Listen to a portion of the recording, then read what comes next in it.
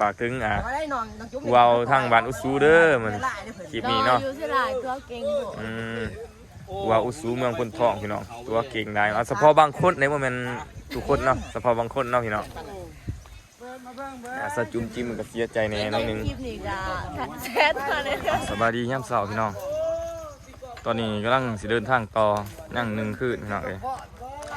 ตอนนี้เขาอยู่บ้านอุซูเมืองพนทองเนาะอุซูเมืองพนทองจะเดินทางไปสู่บ้านขัวเซตพี่น้องไปบ้านขัวเซตเนาะเมืองเรางามตอนนี้เป็นเวลา8 โมงปลายพอดีพี่น้องเองบรรยากาศรอบๆมีแต่ป่าหญ้าคาคือเนาะวนมาเบิ่งจนเต็มเลยหางเครื่องเขานี่สงสัยอาบน้ำเดี๋ยวเนาะกำลังเมียนเครื่องพี่น้องจะได้สิสัมผัสพี่น้องพวกเมียนเครื่องนี่นะดูนี่ก็ยังโบเก็บผู้ใบวันอยู่ว่าเขาทีงานเพลงคำเรียนขมวนกระเป๋าอับใส่การใส่งานพี่น้องๆ FC ทุกคนเนาะหลายคนยังอาบน้ำอาบทาไปทันเดียวเนาะก็โอ้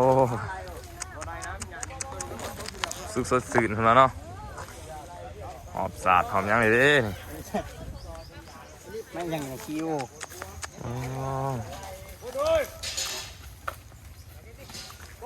มาแรงพบคอกันเด้อพี่น้องเด้อมอยว่าท่านกูอยู่โอ้ไปวะไปแน่แม่อันเนาะงานสุดท้ายแล้วพี่น้องมาแรงอื่นในกลับบาทเนาะรู้สึกจะได้ดีใจได้ดีใจแห้งเนาะจะได้เมื่อบาทเราบุ้งอยากอะไรยังคืนหนึ่งพี่น้องมืออื่นนี้เงินหอดเพิ่งทีบาทเนาะสุกุมาเมืองจะหาขอปลาตอนนี้ซอฟทิ้งหน่อยเนาะกำลังเก็บสาดมือนี้ใส่สีชมพูพี่น้อง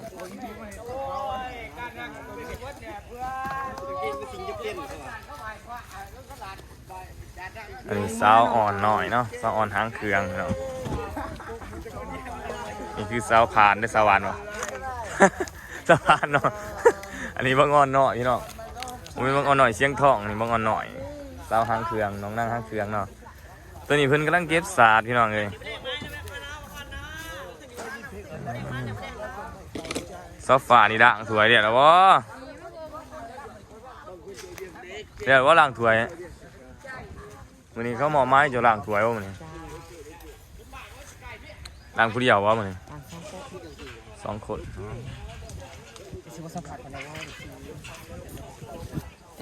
มาแต่ใจมึงนี่มาแต่ในถาด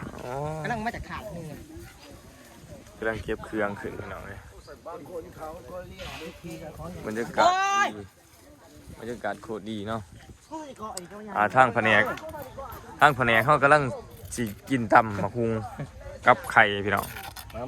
ยามเสาร์ตำมะฮุงมันค่ายเครื่องหรือเป็นสมุนเนี่ยค่ายเครื่องหมูค่ายที่ยังกินกันกินอยู่แคมป์ซาพี่น้องเลยแคมป์ซาก็มีปลาร้านี่ก็สเปียนอาหารไข่บ่พอเลยนะ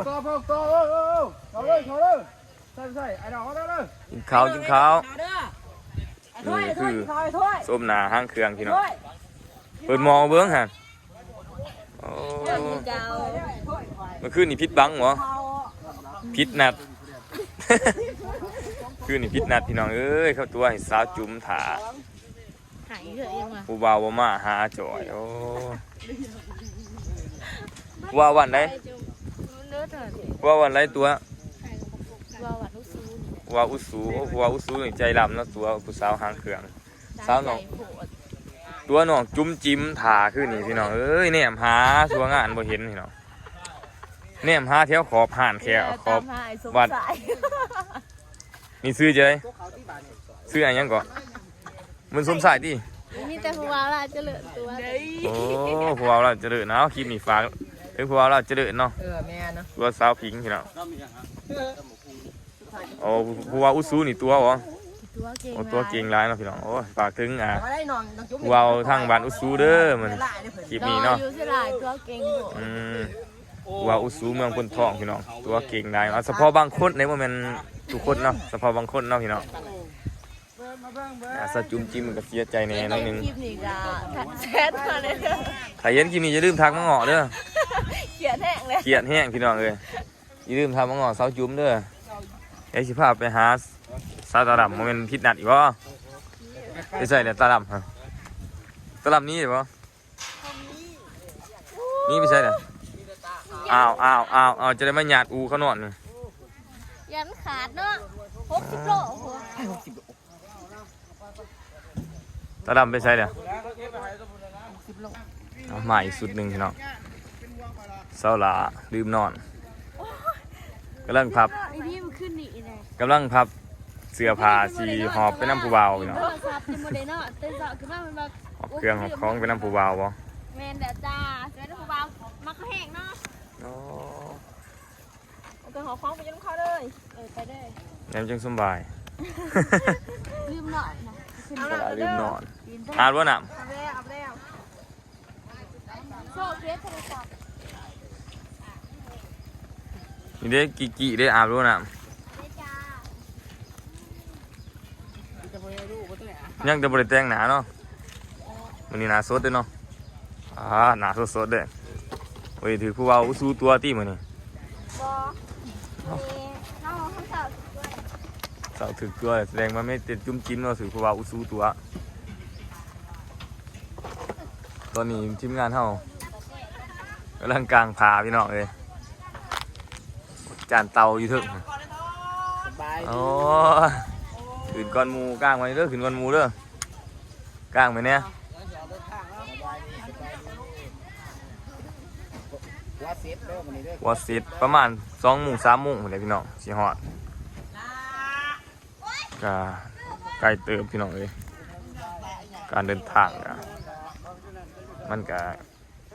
รถเฮาก็ไปบ่ได้ไวปานใดเนาะขึ้นขอยลงปูเขาปล่อยให้พนักงานเฮากินข้าวสวยแน่เนาะ ร้องเงินบาท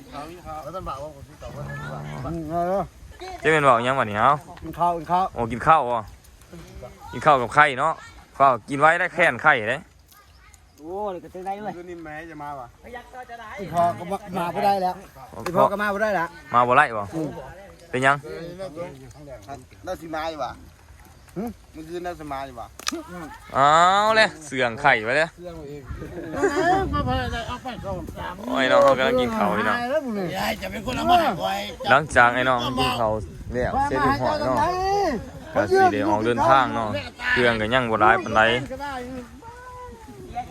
ของไผของมันแนวเก็บขึ้นก็ถือว่าโอเคเนาะเดี๋ยวจะให้เบิ่งตอนขึ้นเทิงเด้อพี่น้องตอนขึ้นเทิงรถเนาะสงสัยสาวตะลํนี่สิอยู่เทิงรถเนาะตอนนี้เนาะเอาพี่น้องตอนนี้เรื่องปูสาดเนาะพี่น้องเนาะขึ้นมาเทิงรถเทิงด่างนี่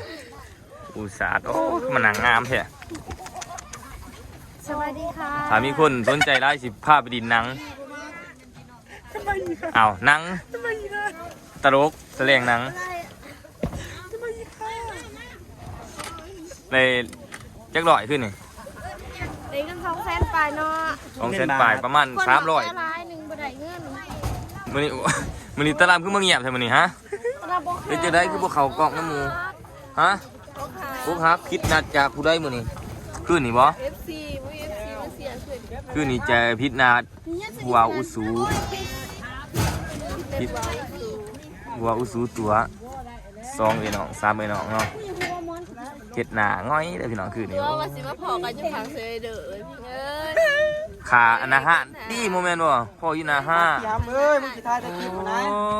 ว่าสุดท้ายเห็นเขาไปนำผู้วายเนาะ สุดท้ายเนี่ยเหี่ยว เหี่ยวเลย เหี่ยวแล้วพี่น้องนี่ สตีวีตะดำตัวกูพันธะ มันเว้าหยังกันอีกได้บัดนี้เว้าเรื่องสตอสติ๊กบ่บัดนี้ มันบ่เด้ขึ้นบ่แต่งหน้าเนาะใส่เมื่อยเห็น ซบบ่แรงไปเนาะมื้อนี้เนาะ ตื่นสวยเนาะมื้อนี้ ตื่นสวย มีหยังเนาะ คนสวยตื่นสวย เอา เอาใครนี่ใคร ปีหน้ามาดูว้ายใครเนี่ยโอ้ยเทศลาลืมนอนพี่น้องเอ้ยบัตรผู้ใด เอาลงมองว่าเนี่ย ของไผของเอา เอาลงมองว่าเนี่ยราคา เอาพี่ น้ำมือโอ้ มันเป็นส่วนระบบอยู่พี่น้อง